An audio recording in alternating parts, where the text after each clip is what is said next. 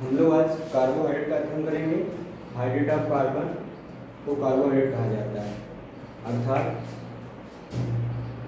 CnH2OY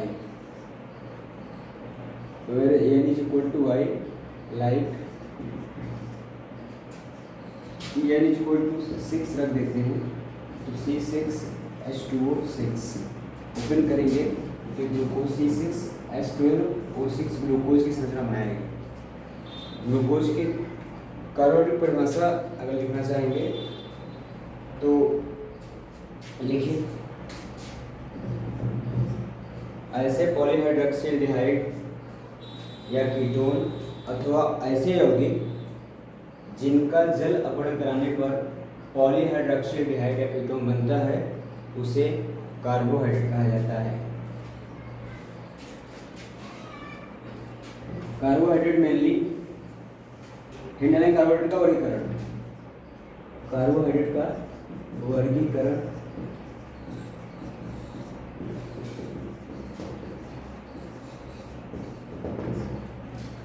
carbohydrate mainly 3 प्रकार के होते हैं। पहला मोनोसेकेराइड,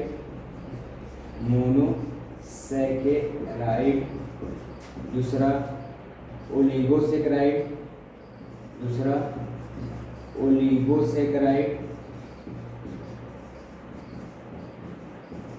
तीसरा पॉलीसेकेराइड।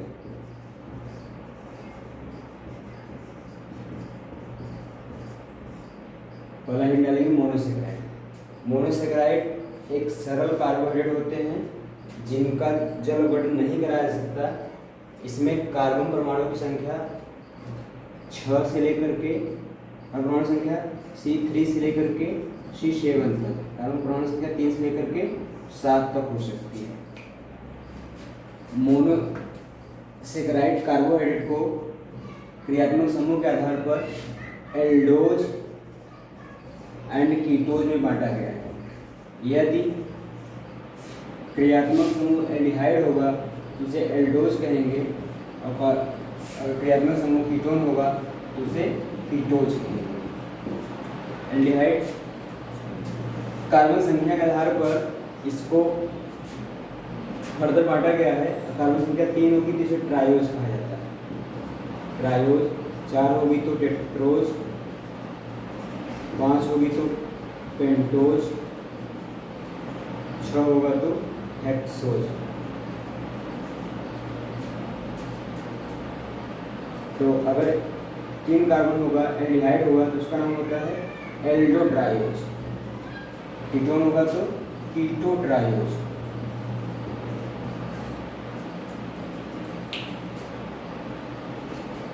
इसी तरह से 6 होगा तो कीटोहेक्सोज, कीटोट्रायोज, कीटोटेट्रोज, कीटोपेंटोज और कीटोहेक्सोज।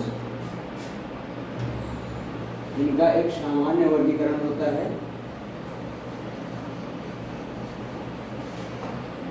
देखिए CHO बॉन्ड CHOS, यहाँ N होगा CH2OH। मोनोसेकेराइड कार्बोहाइड्रेट के लिए N का मान N इज इक्वल टू 1 से 5 तक होता है। ये एल्डोज के लिए। जब कीटोज की बात करते हैं तो कीटोज के लिए कीटोज का अनुसूत्र होता है CH2OH, CO, CHOH, यहाँ N और CH2OH। यहाँ N का मान होगा 0 से 4। देखिए इसमें यदि N का मान 4 रख दें तो हो जाएगा CHO bond CHOH,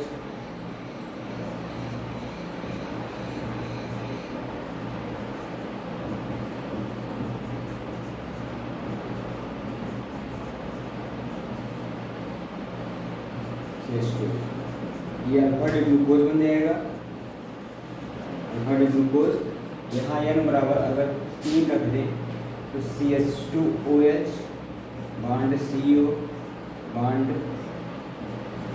CHOH bond CHOH, bond OH, bond CH2OH, ये फ्रक्टोज बन जाएगा, alpha D fructose, alpha D fructose. इस तरह से मोनोसेकेराइड कार्बोहाइड्रेट का वर्गीकरण किया गया है, इसको नोट कर लीजिए।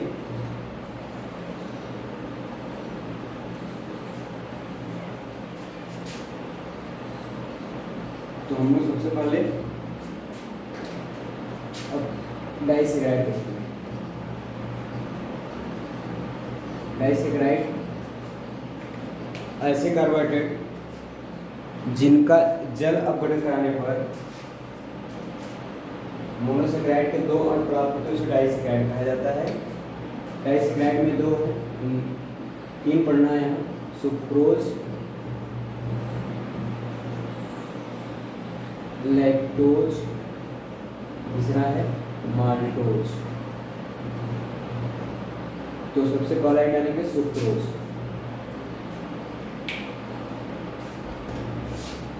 सुक्रोज का जल अपघटन कराने पर सुक्रोज का होता है C12H22O11, इसकी हाइड्रोलिसिस करा देंगे तो C6H12O6, C6H12O6 ग्लूकोज बनेगा एंड फ्रक्टोज बनेगा। सुक्रोज का हाइड्रोलिसिस इन्वर्टेज एंजाइम या जाइमेज एंजाइम की उपस्थिति में होता है, इन्वर्टेज एंजाइम की उपस्थिति में होता है। देखिए सुक्रोज का स्ट्रक्चर देखेंगे कैसे, उसमें ग्लूकोज और फ्रक्टोज किस रूप में पाए जाते हैं। तो सबसे पहले हम लोग अल्फा डी ग्लूकोज बनाएंगे।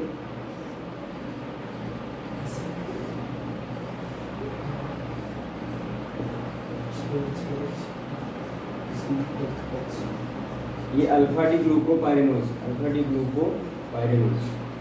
तो अल्फा डी ग्लूकोपाइरेनोज में फर्स्ट साइड नीचे होता है, फर्स्ट कार्बन पर ये 1 2 3 4 5 6, और दूसरा जो अल्फा डी ग्लूकोज का अल्फा डी ग्लूकोज यूनिट है, और दूसरा है अल्फा डी फ्रक्टोज। इसमें अल्फा डी फ्रक्टोपाइरेनोज होता है, पाइरेनोज जो फ्रक्टोज होता है वो 5 मेंबर रिंग का होता है। इसका हम लोग स्ट्रक्चर बनाते हैं।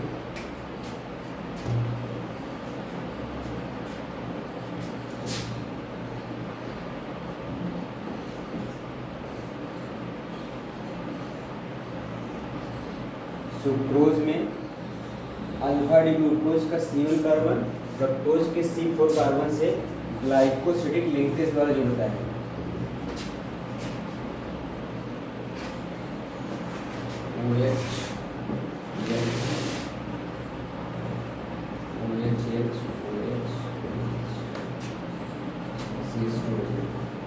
एक दो